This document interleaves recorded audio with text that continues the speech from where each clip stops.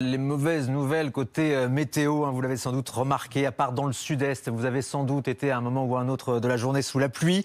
Aujourd'hui, on va en parler justement dans un instant de ce mauvais temps estival. D'abord, coup d'œil sur ce reportage de Guillaume Barqui et Pauline Delevoye. Ça, c'est l'été que les modèles météo promettaient. Mais cette semaine, l'été ressemble plutôt à un mois d'octobre. Oh là, c'est froid. Et pluvieux. C'est froid et pluvieux. Et j'ai connu une autre météo, effectivement. Dans la commune de Ouissant, dans le Pas-de-Calais, le mauvais temps ne fait pas les affaires de ce restaurateur. Et voilà. Forcément, au niveau de la clientèle, ça se ressent. On a moins de monde, vu qu'on a des clients qui viennent de Belgique, de Lille, de Paris. Ici, à 800, c'est fort saisonnier et on est tributaire du temps. Les gens viennent ici en vacances. Donc forcément, s'il fait pas beau, ils viennent pas. Ou ils viennent moins. Un temps gris, voire pluvieux, qui pourrait encore durer. Selon ce météorologue, il faudra attendre les 2 dernières semaines d'août pour retrouver le soleil et les fortes chaleurs partout sur le territoire. C'est des conditions anticycloniques qui vont s'installer après la deuxième quinzaine d'août, qui vont ramener un temps beaucoup plus agréable sur l'ensemble de la France et des températures de nouveau très agréables l'espace encore d'une dizaine de jours. Et puis les modèles, là, pour le mois de septembre, sont un peu plus favorables. Des températures qui, selon ce spécialiste, laissent l'espoir d'un été indien à partir de la rentrée. Et ce soir, on voulait avoir l'éclairage d'une spécialiste. Bonsoir Céline Montéard. Bonsoir. Spécialiste du climat, membre de l'association La Fresque du Climat. Est-ce que ce mauvais temps qu'on observe en ce moment en été est un phénomène inhabituel pour vous ?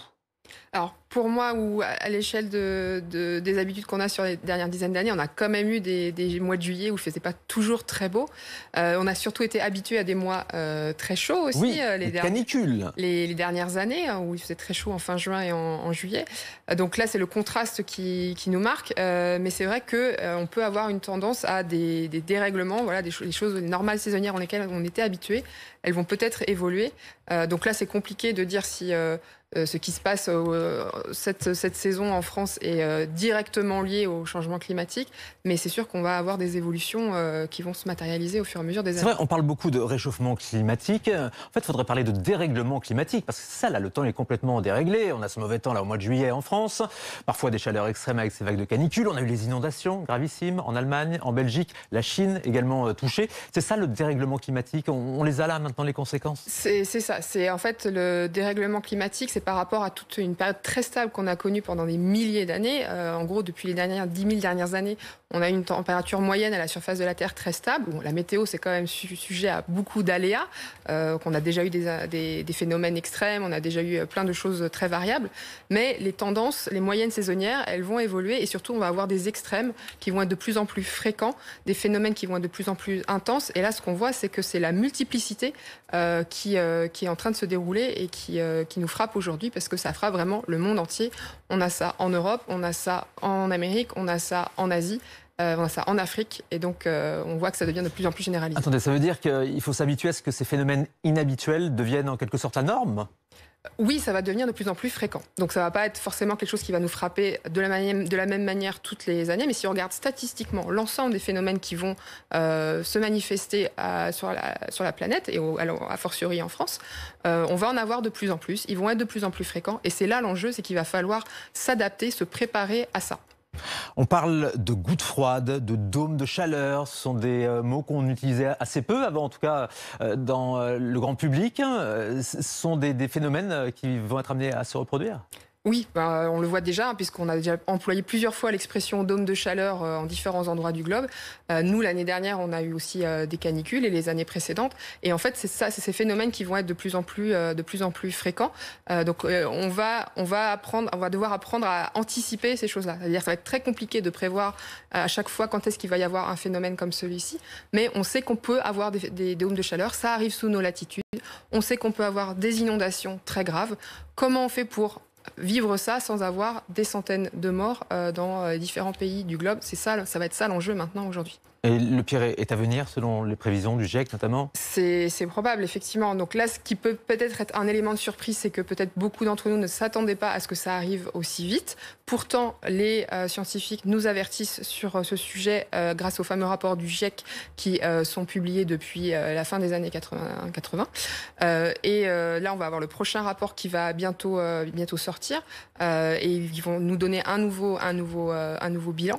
Donc c'est effectivement des choses à laquelle on est en quelque part, quand on est familier du sujet, on n'est pas complètement surpris, mais c'est quand même fortement impressionnant et de se dire que peut-être que ça arrive plus vite que ce à quoi on s'attendait et que ça peut s'empirer tout à fait. Parce que le climat des 20 prochaines années, quelque part, il est déjà dans l'air. Le climat, ce qui est très, très clair, ce que les scientifiques disent, c'est qu'on ne retournera pas au climat qu'on a connu au XXe siècle, et même celui qu'on connaît en ce moment va évoluer. Parce que les émissions de gaz à effet de serre qu'on a mis dans l'atmosphère, elles vont avoir un effet dans les prochaines années. Alors qu'est-ce qu'on peut faire? Parce qu'il y a quand même de l'espoir sur ces questions climatiques.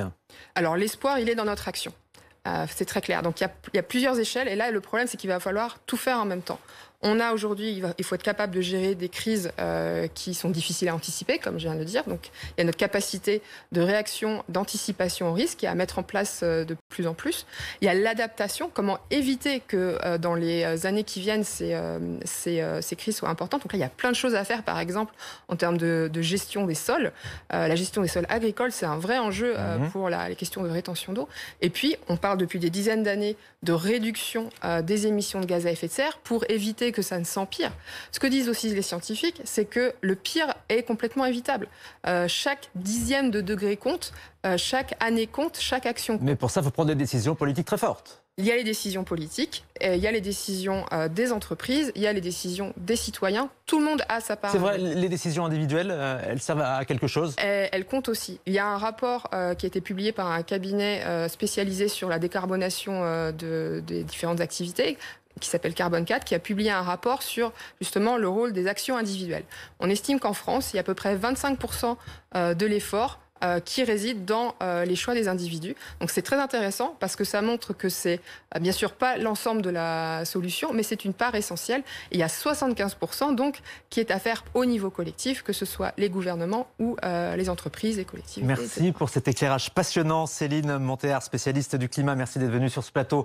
Et on va continuer de parler de climat parce qu'en Grèce, les températures sont extrêmes. En ce moment, on a frôlé les 40 degrés.